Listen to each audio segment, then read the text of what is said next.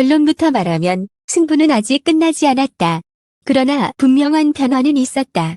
법원의 판단 한 줄이 방송가의 긴장을 최고조로 끌어올린 순간 그동안 위에 서 있던 JTBC의 입지는 흔들리기 시작했다. 그리고 그 중심에는 논란의 한가운데에 선 불꽃하고 시즌2가 있다. 이번 판단은 단순히 허용이나 불허의 문제가 아니었다. 법원 이 선을 긋은 것은 훨씬 더 미묘한 지점. 바로 합법이 성립되는 조건이었다. 금지될 것이라 예상됐던 제작 방식, 문제로 지적되던 포맷 요소들, 그리고 가장 민감했던 권리의 영역까지 법원은 예상보다 정교한 기준을 제시하며 판을 뒤집었다. 그래서 업계의 반응은 엇갈린다. 사실상 패배라는 해석과 아직 싸움은 남았다는 반론이 동시에 나온다. 하지만 분명한 건 하나다. 이번 결정 이후 불꽃차고 시즌2를 둘러싼 논의의 무대는 더 이상 여론이나 추측이 아니라 법의 언어로 옮겨졌다는 사실이다. 특히 방송 콘텐츠 전문 변호사들 사이에서는 이번 판단을 두고 위험하지만 명확한 신호라는 평가가 나온다. 무엇을 넘으면 안 되고 어디까지는 허용되는지 그 경계가 처음으로 구체화됐기 때문이다. 이는 불꽃차고 시즌2 하나의 문제가 아니라 향후 스포츠 예능 전반에 영향을 미칠 수 있는 선례로 받아들여지고 있다. 과연 법원은 왜 이 선을 허락했는가? 그리고 그 판단은 정말로 JTBC가 한 발 물러섰다는 의미일까? 지금부터 우리는 판결문에 담기지 않은 맥락, 그리고 합법이라는 단어 뒤에 숨겨진 조건들을 하나씩 따라가 보려 한다. 긴장감은 이제 시작이다. 법원의 판단은 갑작스럽게 떨어진 벼락처럼 보였지만 실상 그 전조는 오래전부터 감지되고 있었다. JTBC와 제작진 사이의 긴장, 그리고 불꽃차고 시즌2를 둘러싼 미묘한 침묵은 이미 방송가 안에서 공공연한 비밀이었다. 겉으로는 평온했지만 물밑에서는 어디까지가 허용되는가를 둘러싼 계산이 끊임없이 이어지고 있었다. 문제는 단순한 포맷 유사성이나 출연진 구성에 있지 않았다. 쟁점은 훨씬 더 깊은 곳에 있었다. 프로그램의 정체성, 제작 방식, 그리고 무엇보다 이 콘텐츠가 누구의 영역에 속하는가 라는 질문. 방송사와 제작진 모두 이 질문을 피하지 못하고 있었다. 그러나 누구로 먼저 답을 내놓으려 하지는 않았다. 그 답이 곧 충돌을 의미했기 때문이다. 법정으로 가기 전까지 방송가는 불꽃차고 시즌2를 하나의 실험처럼 바라보았다. 성공하면 새로운 길이 열리고 문제가 생기면 조용히 정리될 것이라는 낙관적 시선도 있었다. 하지만 시간이 흐를수록 분위기는 달라졌다. 내부 회의에서는 이건 단순한 예능이 아니다 라는 말이 반복됐고 법률 검토가 일상처럼 오르내리기 시작했다. 이 시점부터 갈등은 더 이상 감정의 문제가 아니었다. 문장 하나, 표현 하나가 법적 의미를 갖는 단계로 넘어간 것이다. 특히 방송사 내부에서는 설레라는 단어가 자주 등장했다. 만약 이 구조가 허용된다면 앞으로 무엇을 막을 수 있을 것인가? 반대로 이를 제지하지 못한다면 어떤 기준이 무너질 것인가?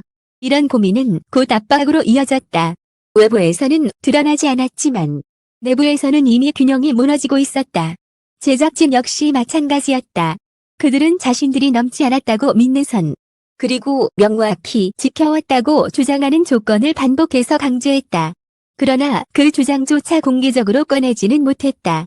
말하는 순간 그 자체가 분쟁의 증거가 될 수 있었기 때문이다. 그래서 선택된 방식은 침묵이었다. 길고 불안한 침묵. 이 침묵 속에서 법원의 판단은 점점 가까워졌다. 결과가 나오기도 전에 방송가는 두 개의 시나리오를 동시에 준비하고 있었다. 하나는 제동, 다른 하나는 허용. 그리고 그 어느 쪽이 나오더라도 지금까지와는 다른 국면이 열릴 것이라는 사실만은 모두가 알고 있었다. 그래서 판결문이 공개되던 날 녹나움보다 먼저 찾아온 감정은 긴장이었다. 판단이 무엇을 말해줄 것인지, 그리고 무엇을 남길 것인지 아직 아무것도 밝혀지지 않았지만 분명한 것은 있었다. 이 싸움은 단순한 프로그램 하나의 문제가 아니라 방송 콘텐츠의 경계를 다시 묻는 싸움이 되어가고 있다는 사실이다. 이제 질문은 점점 선명해진다. 법원은 과연 어디까지를 허용했는가? 그리고 그 허용의 조건은 누구를 위한 것이었는가? 다음 단계에서 우리는 그 판단이 내려질 수밖에 없었던 배경과 그 안에 숨겨진 계산을 따라가게 된다. 이 판단을 내리기 전까지 핵심 쟁점은 의외로 공개 토론의 대상이 되지 않았다. 누구도 명확하게 묻지 않았고 누구도 정면으로 답하지 않았다. 바로 이 형식은 어디까지가 합법인가? 라는 질문이었다. 방송가에서 이 질문은 위험했다. 선을 긋는 순간 그 선 바깥에 있는 모든 것이 문제가 되기 때문이다. 그래서 선택된 방식은 회피였다. JTBC는 공식 입장을 최대한 절제했고 불꽃차고 시즌 2 제작진 역시 구체적인 설명을 피했다.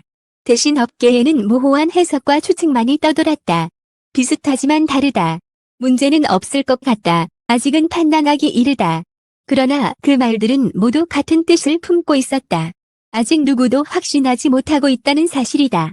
법조계의 시선은 더 냉정했다. 이 사안은 단순히 표절이나 유사성 논쟁으로 정리될 수 없다는 평가가 지배적이었다. 문제는 결과물이 아니라 과정에 있었기 때문이다. 어떻게 기획됐는지, 어떤 방식으로 제작됐는지, 그리고 그 구조가 기존 권리의 영역을 침범했는지 여부. 이 모든 요소는 겉으로 드러난 장면만으로는 판단할 수 없는 영역이었다. 이 때문에 판결을 앞둔 시점에서 방송가 전체가 숨을 고르고 있었다. 만약 법원이 강하게 제동을 건다면 는 불꽃차고 시즌 2 하나의 문제가 아니라 제작 관행 전반에 대한 경고가 된다. 반대로 일정 부분을 허용한다면 그 기준은 새로운 가이드라인으로 작동하게 된다. 어느 쪽이든 파장은 피할 수 없었다. 특히 주목되는 것은 법원이 전면 금지라는 극단적인 선택을 쉽게 하지 않을 것이라는 관측이었다. 이유는 간단하다. 콘텐츠 산업은 빠르게 진화하고 있고 법이 그 속도를 무작정 가로막을 수는 없기 때문이다. 그렇다고 무제한 허용 역시 불가능하다. 결국 남는 선택지는 하나다. 주관부 판단. 그리고 그 조건이 어디에 놓이느냐가 승부를 가른다.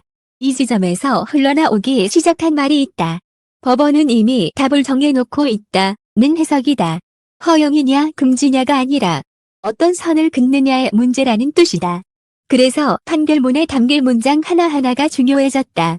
단어 선택, 표현의 강도, 그리고 명시된 조건들 모두가 확대경 아래 놓인 상태였다.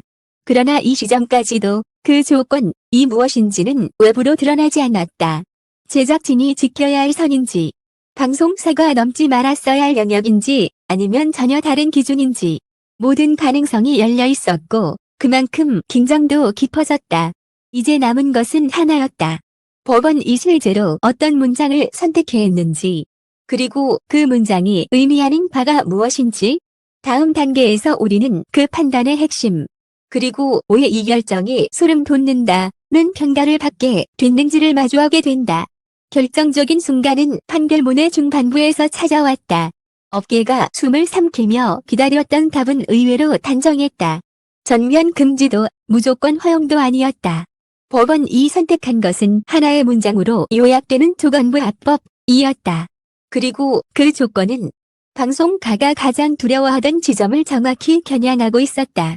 핵심은 콘텐츠의 외형이 아니라 제작의 독립성이었다. 법원은 형식의 유사성이나 소재의 겹침보다 기획 제작 운영의 실질적 통제 주체가 누구인가를 판단 기준으로 삼았다. 즉, 화면에 보이는 경기 방식이나 연출의 닮음은 결정타가 아니었고 문제의 중심은 누가 결정하고 누가 지시하며 누가 이익을 통제하는가에 있었다. 이 기준이 적용되는 순간 판은 급격히 기울었다. 불꽃차고 시즌 2는 기존 프로그램의 권리와 직접적으로 충돌하지 않는 범위에서 독자적인 제작 구조를 유지하고 있다는 점이 인정됐다. 출연진의 계약 구조, 제작 인력의 분리, 편성 및 수익 구조의 독립성, 이 모든 요소가 합쳐져 동일한 틀로 보기 어렵다는 판단으로 이어졌다. 법조계가 소름 돋는다. 고 평가한 대목은 바로 여기다. 법원은 금지해야 할 이유를 찾기보다 할 수 있는 최소 요건을 정확히 명시했다. 이 조건을 충족하는 한 유사성 논란만으로 제작을 막을 수 없다는 메시지를 던진 셈이다. 이는 사실상 향후 분쟁에서 가이드라인으로 작동할 가능성이 크다. 이 판단으로 가장 큰 타격을 받은 쪽은 어디일까? 적으로는 JTBC가 물러섰다는 해석이 나온다. 그러나 정확히 말하면 물러선 것은 특정 방송사가 아니라 기존의 관행이다. 비슷하면 막을 수 있다. 막연한 기대가 이 판결로 힘을 잃었다. 동시에 이 결정은 제작진에게도 경고를 남겼다. 조건을 어기는 순간 보호막은 사라진다. 독립성을 잃고 구조가 흔들리면 화법의 경계는 즉시 붕괴된다. 허락은 넓어졌지만 그만큼 책임은 더 무거워졌다. 결국 법원이 허락한 것은 프로그램이 아니라 방식이었다. 그리고 그 방식은 방송가 전체에 질문을 던진다. 이제 콘텐츠의 승부는 법정에서가 아니라 구조와 설계의 정교함에서 갈린다. 불꽃하고 시즌2는 살아남았다. 그러나 그 생존은 우연이 아니라 법원이 그어준 가느다란 선 위에서의 균형이었다. 그 선을 지킬 수 있는가? 다음 승부는 바로 거기에서 시작된다. 이번 판단으로 분명해진 사실은 하나다. 법원은 어느 한쪽의 손을 들어주지 않았다. 대신 콘텐츠가 살아남을 수 있는 조건을 명확히 제시했다. 그 조건은 냉정했고 동시에 위험했다. 자유를 허락하는 대신 책임을 요구했기 때문이다. 불꽃하고 시즌2는 법원이 그은 가느다란 합법의 선 위에 올라섰다. 그러나 그 선은 결코 안전지대가 아니다.